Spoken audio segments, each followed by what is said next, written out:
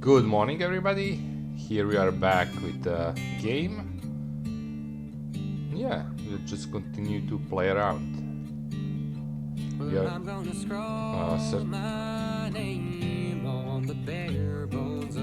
Let's see. Yeah, things moving the camera with mouse still doesn't work. I read a little bit about that online, and I saw people having that problem, and they say they have Unity's issue, and they were working on fix it. That was more than a year ago, so yeah, we're playing as it is. Okay, this is new. I don't... the T or arrow down, something, drill, I don't know. Let's see. We got something. Corner of a small basket of yams.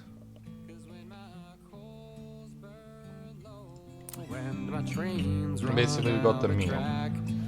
Okay.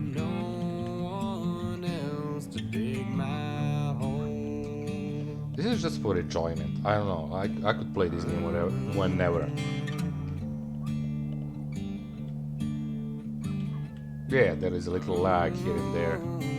That's okay.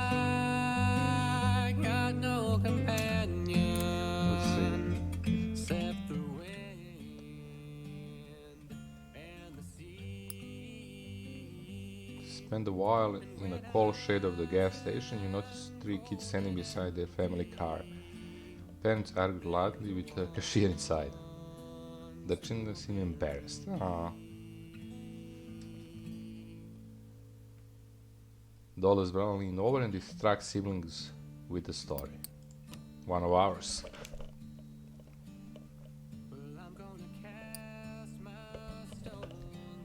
He starts in a story about legendary Gwen Mitchell, the richest and most ruthless bootlegger ever. You realize almost instantly this is telling new version of the tale of the shootout between female bootleggers and the cops, but with new exciting over-the-top details. He tells it well. Oh, just read this. When the parent comes stomping furiously out of the gate station, you make yourself scarce, missing the ending of the boy news story. Too bad. But the part you heard is definitely easy to remember. Nice.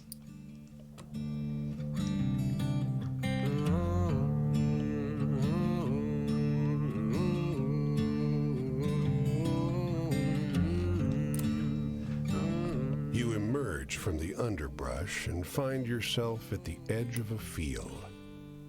A farmhouse sits at the other end.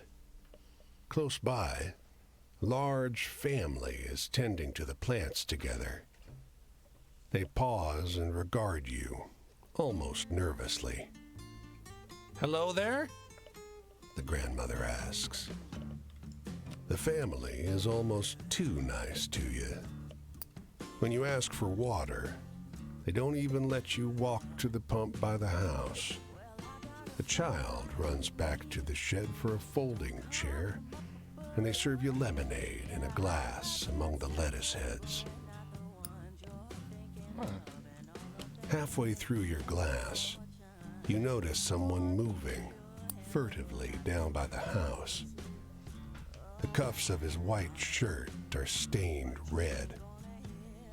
The father sees your look and shifts to block your view. His eyes are bright, and his teeth are bared in something like worry. "How do you like your lemonade?"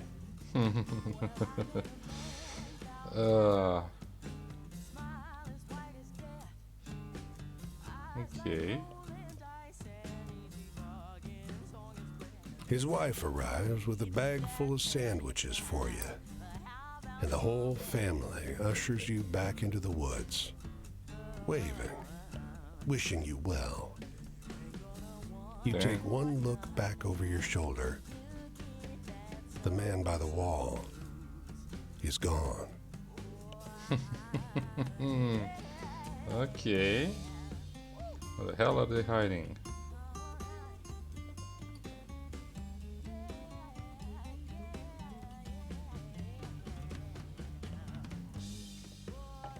Okay.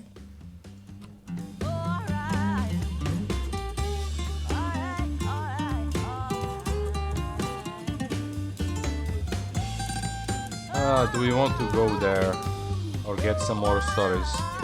Yesterday I remember we had issues with funny and positive stories. We have none. Let's go collect a little bit more and then come back. I love the music.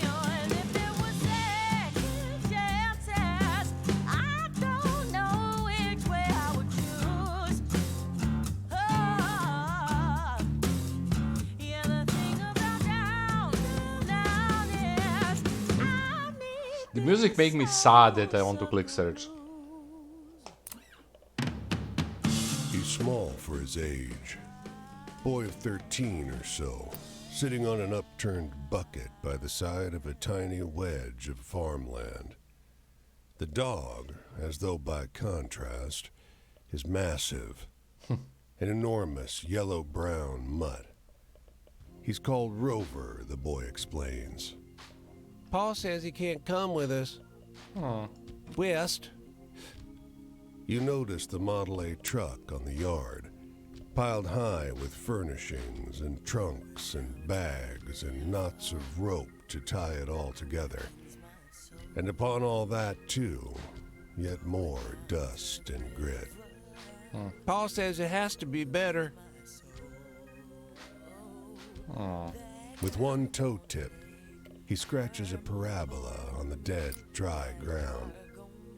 Pa says we can't afford to feed Rover no more. You can't tell where the blonde of the dog's coat ends and the omnipresent dust begins. Same goes for the boy's hair. Will you take him?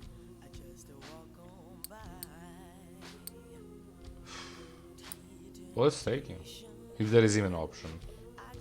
Rover follows you eagerly after you feed him the tiniest sliver of jerky. But a few hours later, he snaps to attention, as though hearing some distant noise your ears can't catch. The last you see of him are the markings left by his dirty pelt on the leaves of the underbrush. Of course.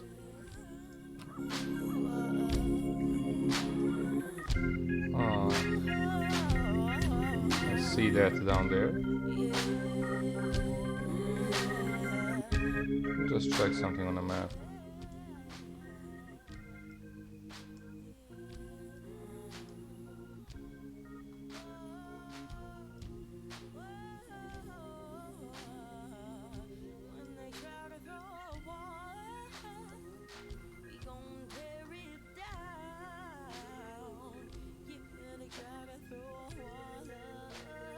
That's that. Tear it down. We gonna drive. There is one there on the. With a wild and righteous sound when they try to throw a wall up. Ooh, we gonna tear it down.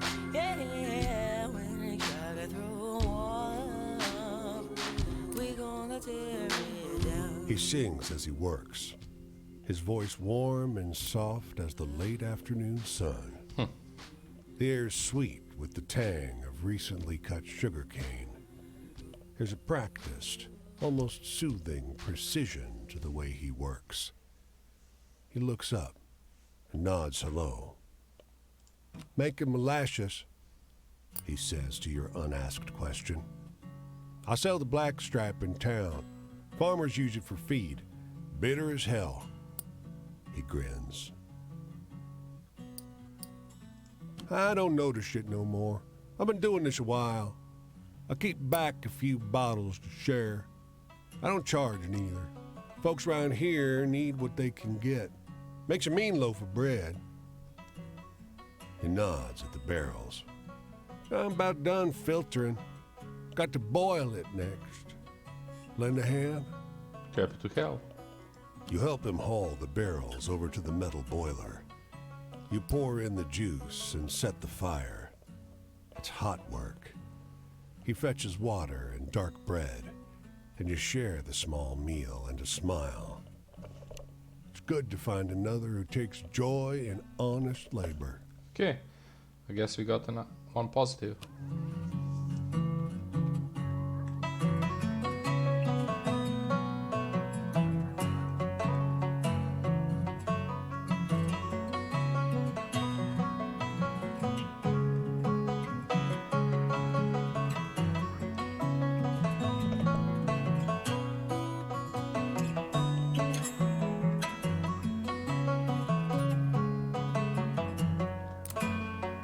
Excusez-moi.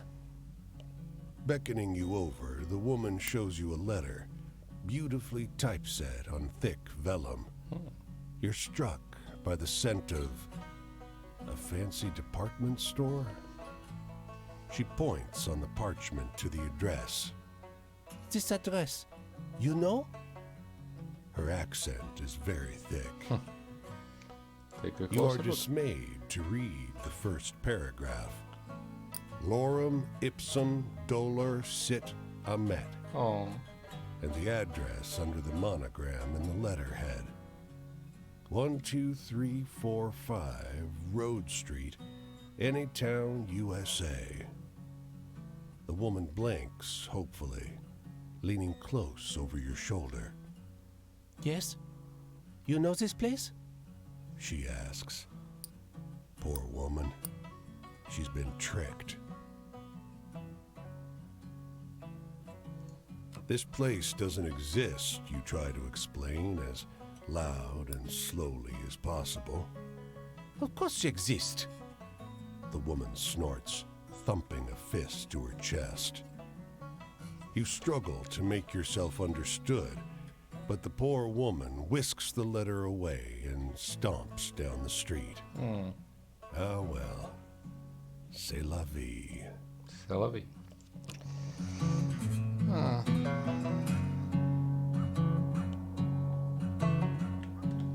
Crossing the state.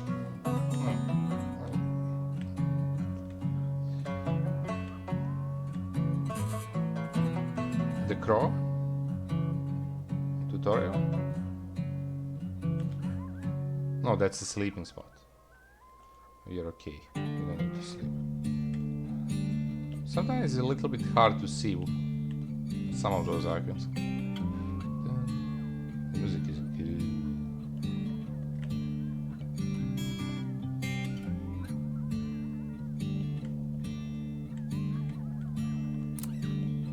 No fence, gate, or sign marks the entrance to the cemetery. Just a moment ago, you weren't surrounded by graves, and now you are. How long have you been stepping on dead folks, fully unaware? A wood board, bleached white. Unknown. The word was painted on black by a steady hand, each letter signed with a flourish. Whoever made this memorial had more compassion than money.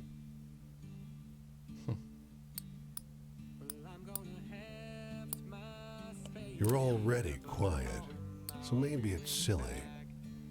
But you instill that silence with intent. What else could someone do? Be still. A sparrow calls. Seems birds don't have much respect for the dead.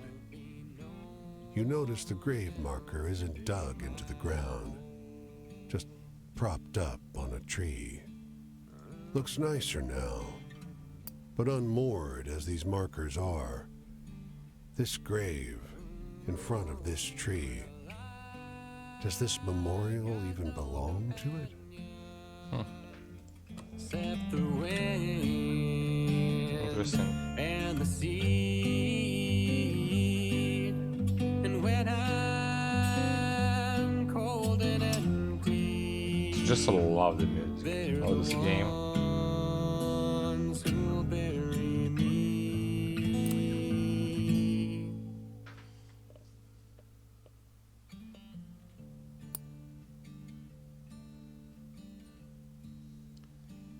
Okay.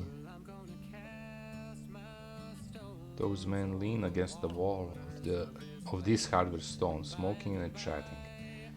They wave you over. You heard this one before?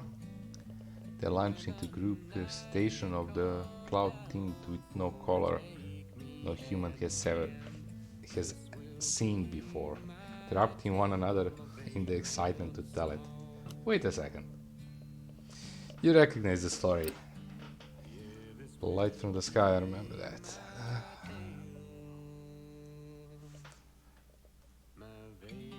Of course. Not sure, but it sounds wild.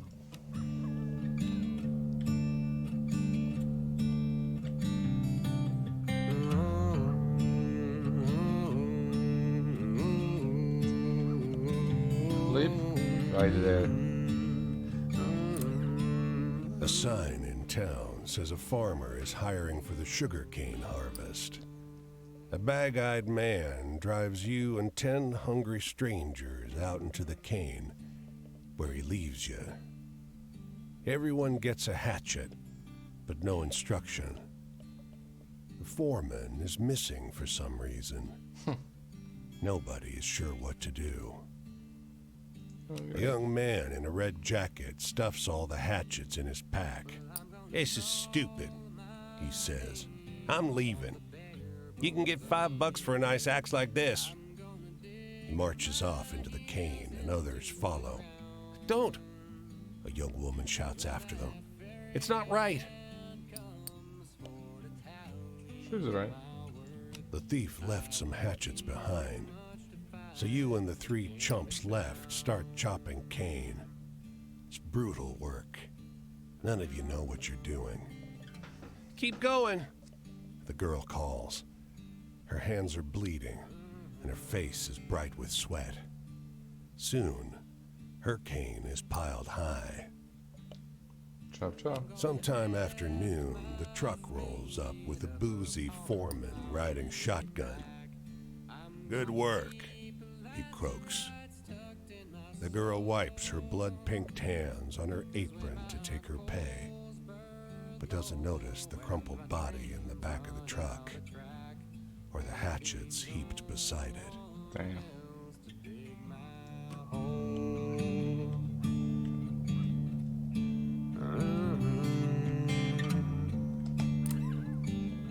Sleep.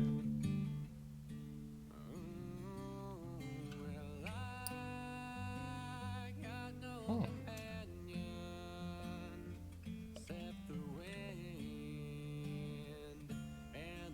Okay. When I'm cold and empty, they're the ones who'll bury me.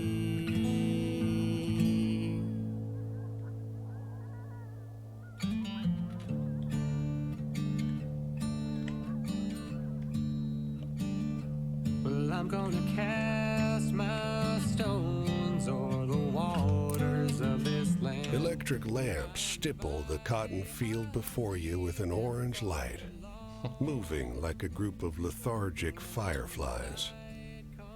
From the field, the voices of the workers reach you in a soulful, united song. You're gently lulled to sleep as the song floats over you.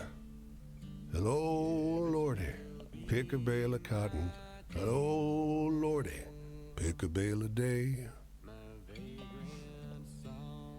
You're pulled out of your slumber by a woman's pained scream and a collection of shouts rising from the field. The woman's screams taper off, soon replaced by the raw cries of an infant. Applause briefly fills the night, eventually fading back into song. "Oh, Lordy," you wake up to the gentle crescendo of the worker's song, unsure if it ever ceased at all.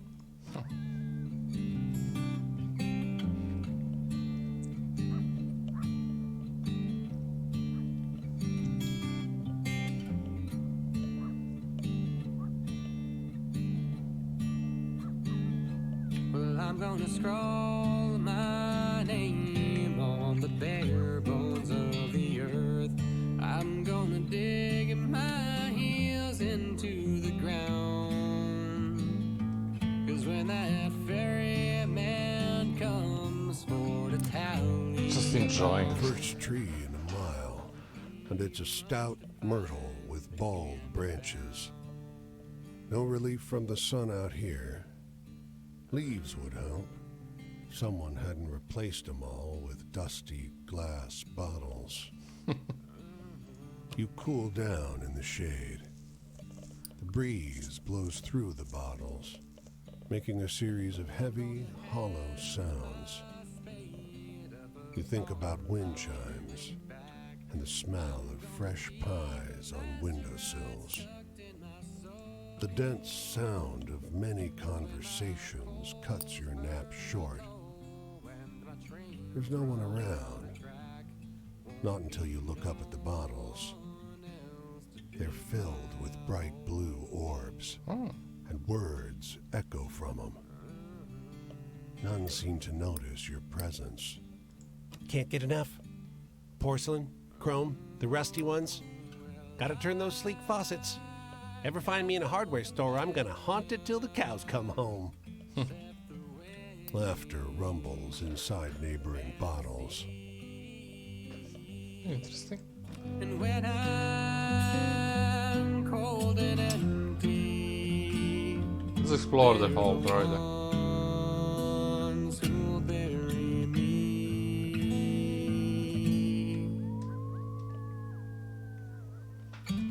Let's whistle it away.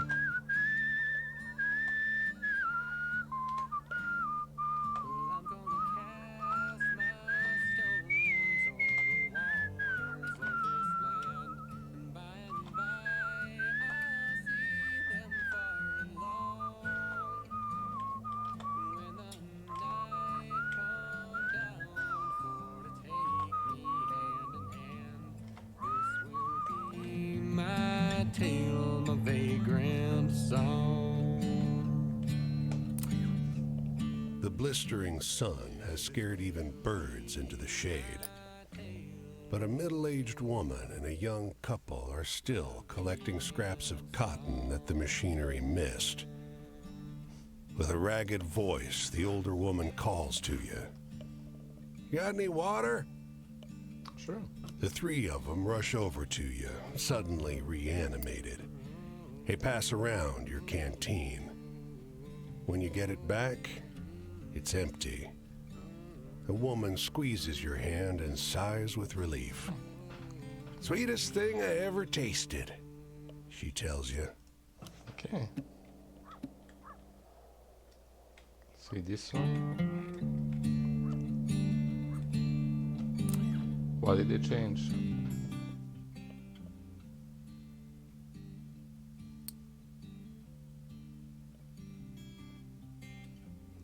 The policeman in a truck on this corner is having a pretty wild argument with someone on other end of the radio.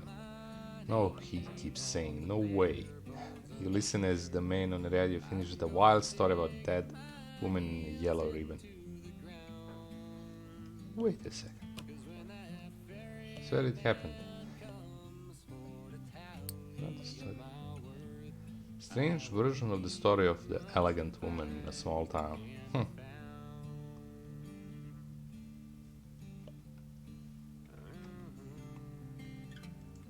Nice. Let's go down and then we're gonna see.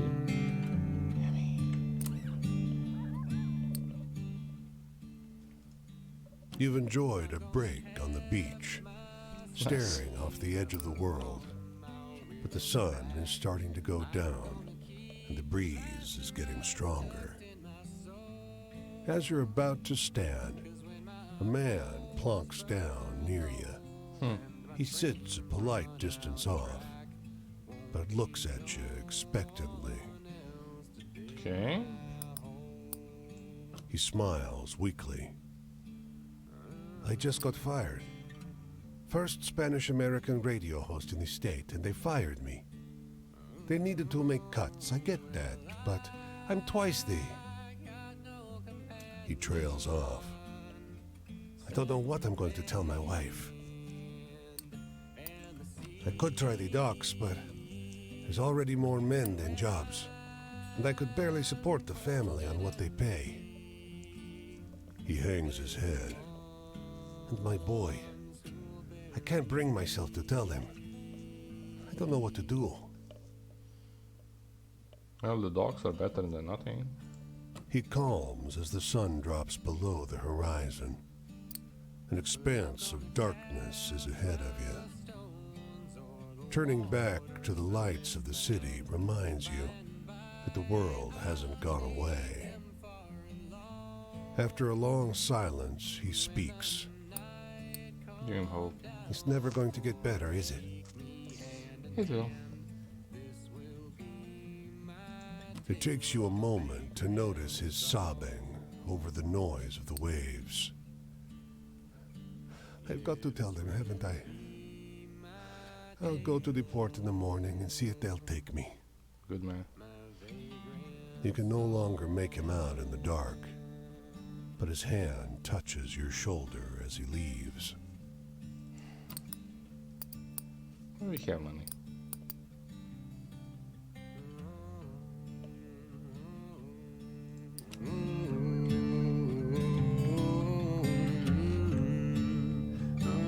Okay, let's see this. Dupree, da cara Ellison. You Bye. look good, honey. You got a life? You like a good story? Sure. I like to hear about people and make bets with them. Ooh. I like to hear about the weird, handsome people. Get convinced by the rich jackasses who'll play blackjack and lose into the night. Dames who are lit cigarettes burning to the end. I want to be around furious people who use me and I use them. Are you one, stranger? Come close to me. Yeah. Got any stories with ghosts or murderers or blood or something like that? Well, we can find something. Okay, let's see what we got. Not bad.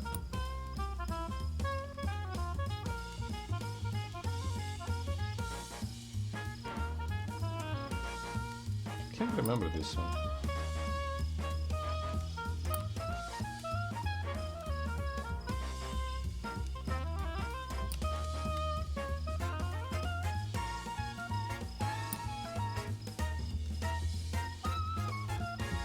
Killer pigeons.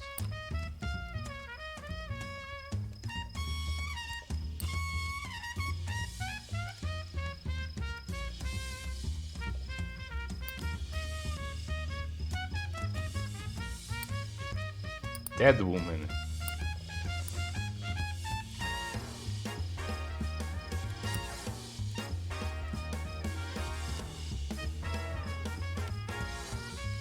This can be fun. She asked about the murder.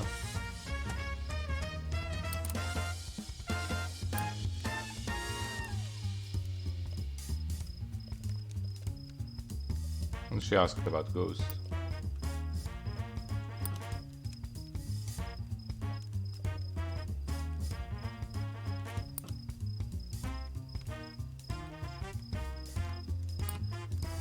Okay, let's go with, where is the, oh, I missed that one.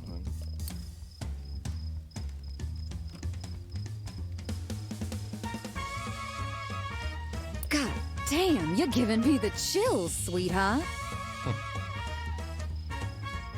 Sometimes a body needs to put all in on some dumb choice, you know?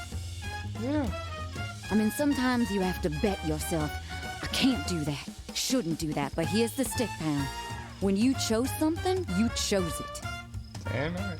Be loyal to your choice. Take responsibility for it. Commit. Can't abide people who don't goddamn commit.